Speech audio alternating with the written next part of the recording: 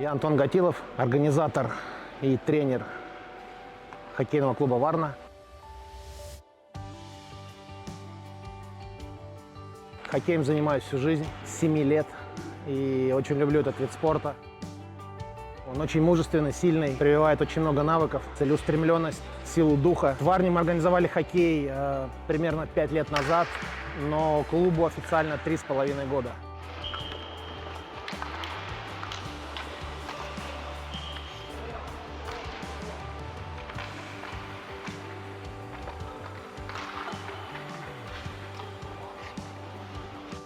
За это время мы организовали взрослую команду, которая выступает на международных турнирах, занимает призовые места.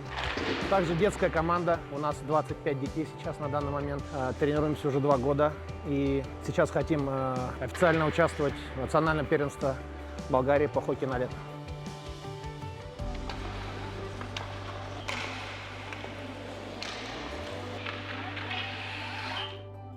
Казвам се Александър, на 26 години съм и съм от Русия, обаче вече 11 години пребивавам в България. Хокей започнах да тренирам преди 3 години тук, в младост. Преди това никога не съм тренирал хокей, никога не съм се презалял с кънки. Сега съм вратар на отбор Варна. Хокей като всеки спорт, той помага, той е полезен. Обаче за разлика от, примерно, от фитнес или от някакви други спортове, за мен хокей е по-динамичен, по-интересен. Когато аз съм на леда, когато сме по състезания, чувствам се част от отбора и това много ми помага, когато съм на леда. Знам, че с мен има моите приятели, моя отбор, които винаги ми помагат на леда. И в обикновен живот също всички сме приятели и така.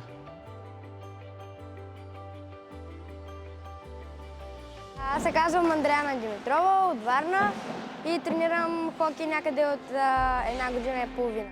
Брат ми тренираше хокей от 2 години преди аз да започна и заради него и се запалих, а и седях на парзалката, след като се отказах и от фигурното и седях да го гледам и тогава много се заребих по хокея. От тази година започнахме да имаме състезания, защото нямахме толкова деца.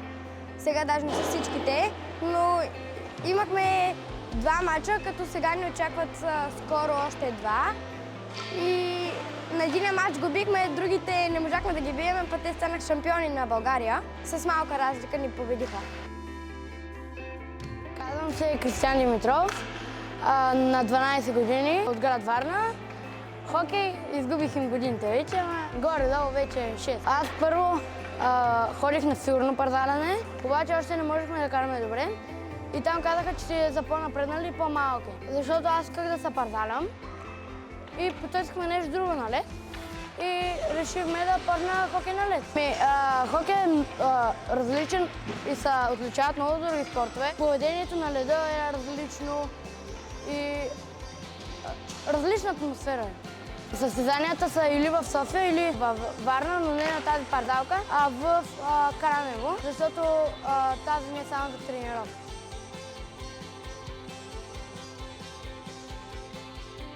Здравейте, казвам се Ангел Ангелов. Родител съм на едно от децата хокеен клуб Варна. Хокеят във Варна е с традиции и като спорт го има вече от над 10 години. Нашите батковци, които един от тях е и моят син, бяха шампиони на България в всички възрасти, детски и юношески. Много от тях бяха национали и още играят в националните гарнитури на България. Сега тези деца са наследници на батковците и обичат спорта заради тях. Спортът е много хубав, има момчета и момичета, подходящ е и за двата пола, изгражда силни деца, той е колективен спорт. Децата, които играят в Варна, играят и в момента в софийски отбори, понеже просто нямаме отбор в държавното първенство все още. И за да се развиват, играят и в други отбори, както и батковците играят в националните състави. Гледната парзалка в Кранево, там идват всякакви отбори от България, които водят подготовка и нашите отбори се срещат с тях или водят заедно подготовка. Също се организират турнири международни на ветерани, които нашия мъжки отбор също участва там. Идват и много истински професионални отбори на тренировки, където ние само да ги гледаме ни е достатъчно. Здравейте, казвам се Богдана Димитрова и съм майка на 2 деца, които тренират хокей на лед. Първоначално започна сина ми преди може би 5 години, в годините, в които във Варна все още не съществуващи детски хокеен отбор. Той започва на тренировки с мъжете, но много бързо напредна. Те бяха изключително внимателни и го пазеха колкото е възможно. И той толкова много се запали, че се принудихме да посещаваме парзалката почти ежедневно. Като в последствие треньорите развиха състава и създадоха сегашния детски отбор, в който вече се включи неговата сестра-близначка. И тя усърдно вече 3-та година с усилия, може би,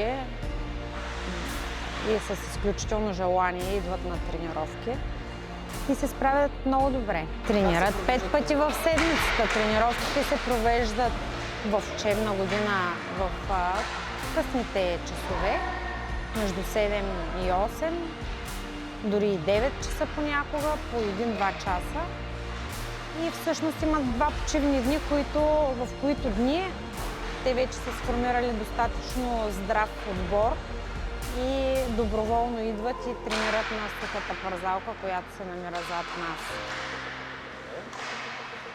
Така че на практика почти всеки ден карат кънки. Като колективен спорт изграждат изключително здрав спортен хъс, дух и голям колектив. И всъщност те наистина изграждат едно истинско приятелство на тая ранна възраст, защото те се търсят постоянно, не само във връзка с тренировките, а прекарват дори заедно свободното си време. И когато имаме състезания, изтеклия сезон направихме няколко приятелски срещи в София. Децата играха феноменално. Емоцията беше безумна. Всъщност ние бихме отборите на НСА, т.е. НСА ни биха с разлика от 1-2 гола, а всички останали отбори ги бихме ние, като Левски, като ЦСКА, което беше страхотно преживяване за всички, за деца и за родители. Имеем регулярные тренировки хоккейные, 3 или 4 тренировки каждая неделя для детей и 3 тренировки для взрослых.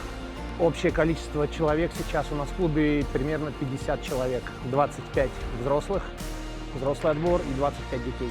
Самое главное отличие хоккея от других видов спорта – это координация, быстрота принятия решений, мыслей, потому что все мысли, решения в хоккее принимаются доли секунды. Ты получил шайбу, тебе надо увидеть всех партнеров, отдать, открыться, забить. То есть очень быстрый и маневренный вид спорта, очень зрелищный. Также хоккейная экипировка придает особый интерес для зрителей. Да, и вратари, конечно, наши голкиперы – это украшение вообще всей команды. Экип за голкипер, да, много, очень интересно смотрится.